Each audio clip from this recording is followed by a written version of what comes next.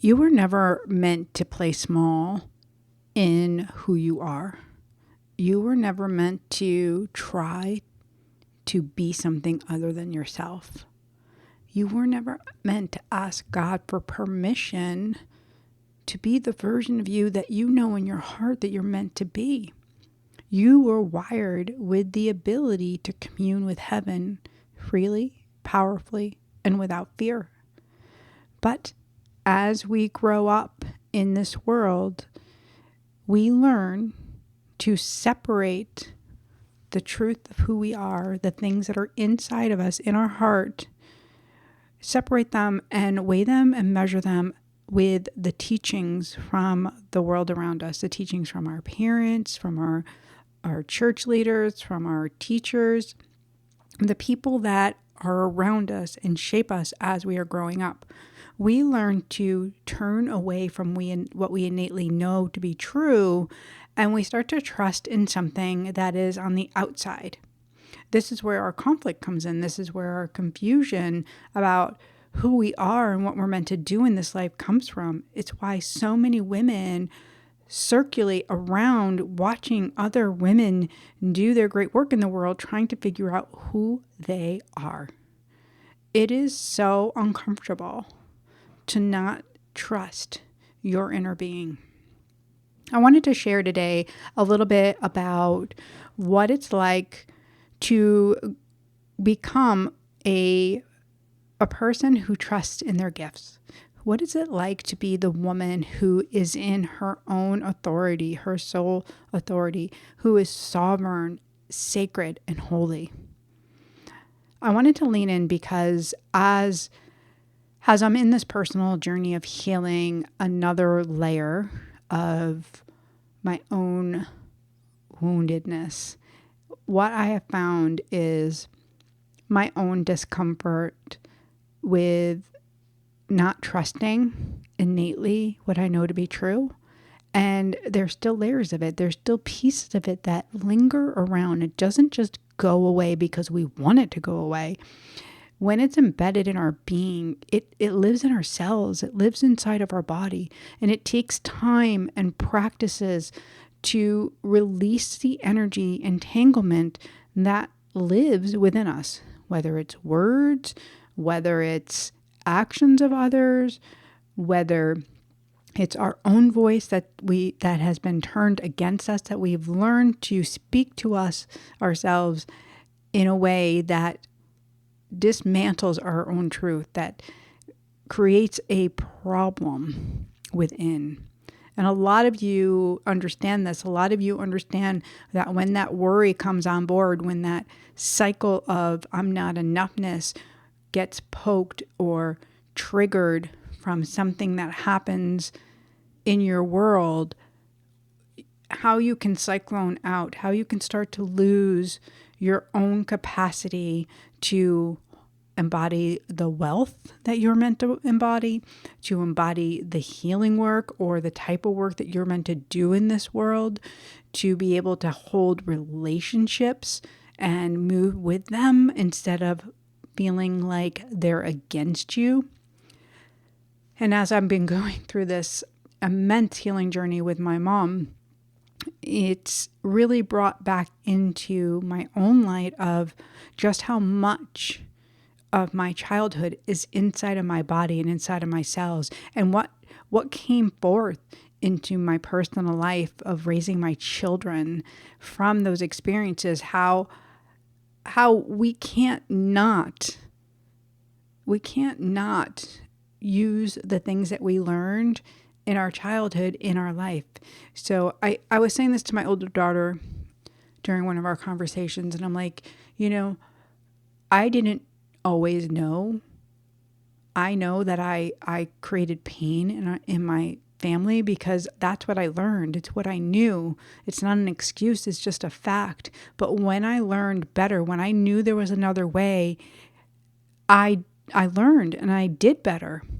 And it's not till we know there's another way that we can do better.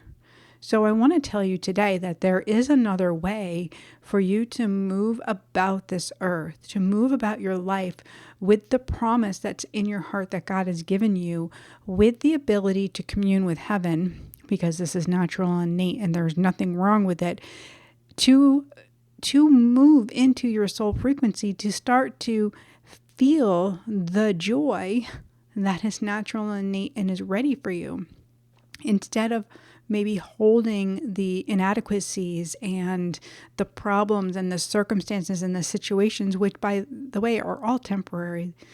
Situations and circumstances come in and they're temporary, and it's just how we move through them. It's our ability to slowly seek God in every situation, to be still, to use scripture and write it on our hearts, to come back into our meditation practice, to do breath work, yoga, stretching, to get outside in nature, to take that sauna, take that hot bath, to really care for your human, to make sure that you're eating the foods that match your soul, that lift you up. And what happens when we start to lose ourselves, we tend to go towards the things that feel like they're going to soothe us.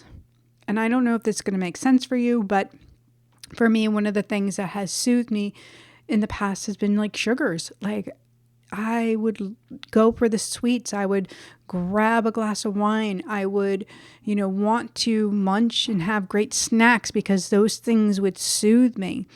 But there were temporary fixes to the bigger problem. And the bigger problem was that I was holding in my cells this pain and this remembrance of denying my truth. This pain and remembrance of what God showed me, but then the outside world told me no.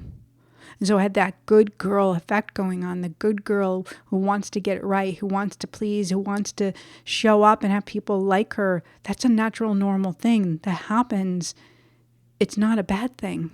And so many leaders and so many teachers put this shame out like it's a bad, horrible thing. And really, we're all broken people. So if you've grown up in a situation with someone in your life who told you something that was against your truth, you're gonna have that good girl thing. And I haven't met anybody on my journey. Not one person have I read. Not one. In all the years that I've been doing readings, that I've channeled and doing healing work, have I met someone who said, oh, I didn't have someone tell me no at any time in my life. What I have found is that when we go into ceremony, readings are ceremonies, they're connections to the divine, they're holy, they're sacred. So when I'm channeling, it is like a church. It is like we're being in communion with God together, because we are.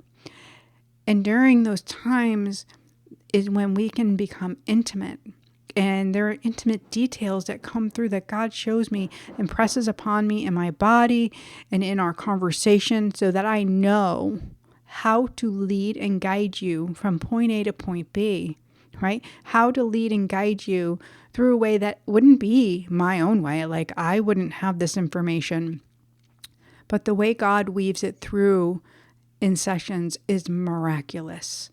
And it leaves us with a better understanding of how to release each other from a bondage of judgment, of criticism, of anger, of frustration, of how not to bypass our own deep pain and just get to a place where we think we're forgiving, but really go into a place of surrender to not only forgive, but be forgiven, to release and really allow that energy to come out of our body. But it can't happen all at once. God has shown me, like, we want it to be a one and done. We want it to be over. I've wanted my own pain to be over. Please, God, please, I've begged, please take this from me. I don't want to carry this anymore. I can't tell you how many countless coaches and guides and people that I've worked with and healers that I've gone to and, shared my pain and wanting it to be gone. Please take it from me. Please help me get past it. And the truth is, a healer can't take it from you. They can't change it. They can help you. They can help you to shift it. They can help you to lift it. They can guide you through practices that will help you to release it. But they can't take from you what is meant for you to heal, because what's meant for you to heal is going to crack you open in a way that God can come through. So your cracking open isn't a bad thing. And though maybe you might be like me and wanted to run past the parts, past the hard things, past the big conversations, past the decision making. Maybe you don't want to put up boundaries. Maybe there's even a little blame in you that you're just like, well, that's shitty. It shouldn't have happened that way. And maybe you're angry, which is absolutely okay. But the time for surrender comes to you in your time, when you're ready, when God says you're ready, when God knows where you are and what's happening, and He's going to take and rearrange things in a way that miracles come in, that the blessings come in. Doesn't mean it's going to be easy. And that's a reminder, for myself, very true, is to lean back into these teachings and lean back into the books that I've written with God, with my angels, in remembrance of we're here on a journey to expand, to move closer, and to be more in divine relationship with God. And the things that keep us from being in divine relationship are typically the things that we are either going to desire, which are on the outside of what God says is for us. And we go after those. And so we make those into false idols, those idols, gotta have this. And we work really hard and we leave God out of the mix, right? So there's no room for God to help us to say, hey, that's not for you. And so you might work really hard towards a goal that wasn't really for you anyways. And you end up bouncing off of it and falling down and then trying to pick yourself back up. And sometimes that's financial, sometimes that's relationship, sometimes that's with a career. It can be in any number of ways. And then you have to hold and pull yourself back together. And that's why we have therapies and healers and people that will work with us to help us put our pieces back together so that we can stand in the semblance of our own truth and then surrender again and say, here I am, God, broken. I've fallen apart. I went down this path. Lead me, guide me, show me. Show me the next right move. This statement it's a surrender. It's a putting it down. It's letting go of our worries.